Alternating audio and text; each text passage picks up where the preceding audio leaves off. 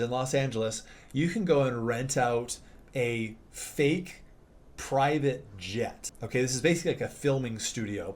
It's a private jet mock-up in a warehouse that you can go to and film in front of this thing and film inside it as if you're on a private jet. It's the most ludicrous thing I've ever heard of in my life. People are going up faking that they're in front of a private jet to make themselves look cool, to make themselves look wealthier. Or you got all these people like renting Lamborghinis and all that kind of stuff, which, by the way, all the power to you. If you want to rent a Lamborghini, hell yeah, rent your Lamborghini. It sounds great. That said, comparison is, what does they say? Comparison is like the mother of all suffering, right? So if you're comparing yourself to other humans, if you're comparing yourself to other humans on the other side of the world, you don't even know, there's a really, really good chance that they're not doing as good as it comes off of. The other thing that this does is it also totally throws off the balance in the dating pool, right? So you've got women looking at guys and having this insanely high standard for what they're looking for in a guy, like bananas crazy standard for what they're looking for guys, because they look, and as us as like human beings,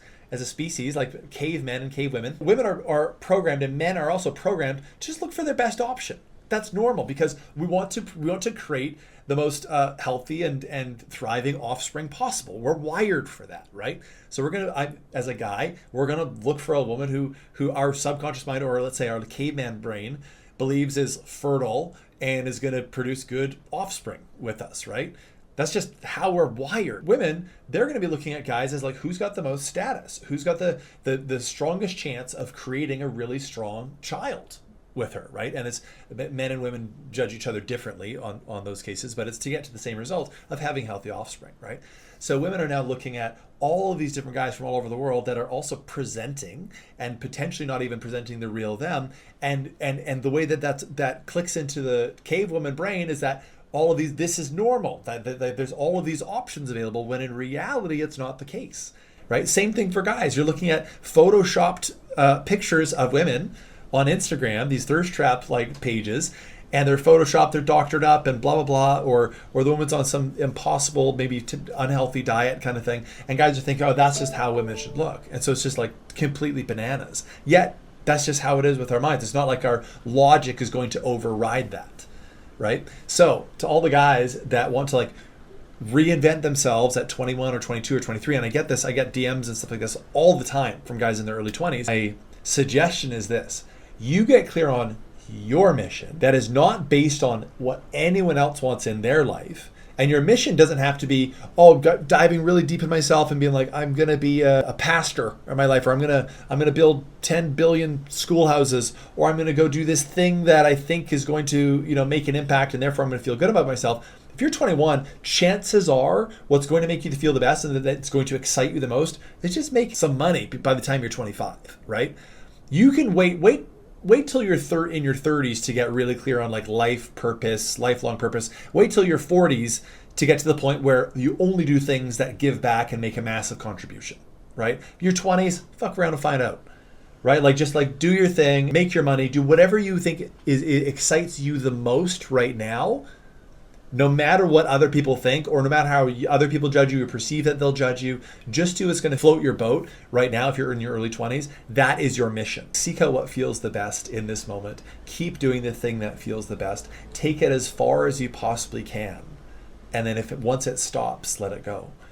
And in reality, I can't think of a better way to get clearer on your mission than really feeling into what genuinely feels good to you. The promise of money to bring happiness is not true. A buddy of mine who's 27 just made $112,000 last month. The first time he's ever broken 100K. The month before that, he did $96,000. The month before that, he did $25,000. And the month before that, he didn't have a business.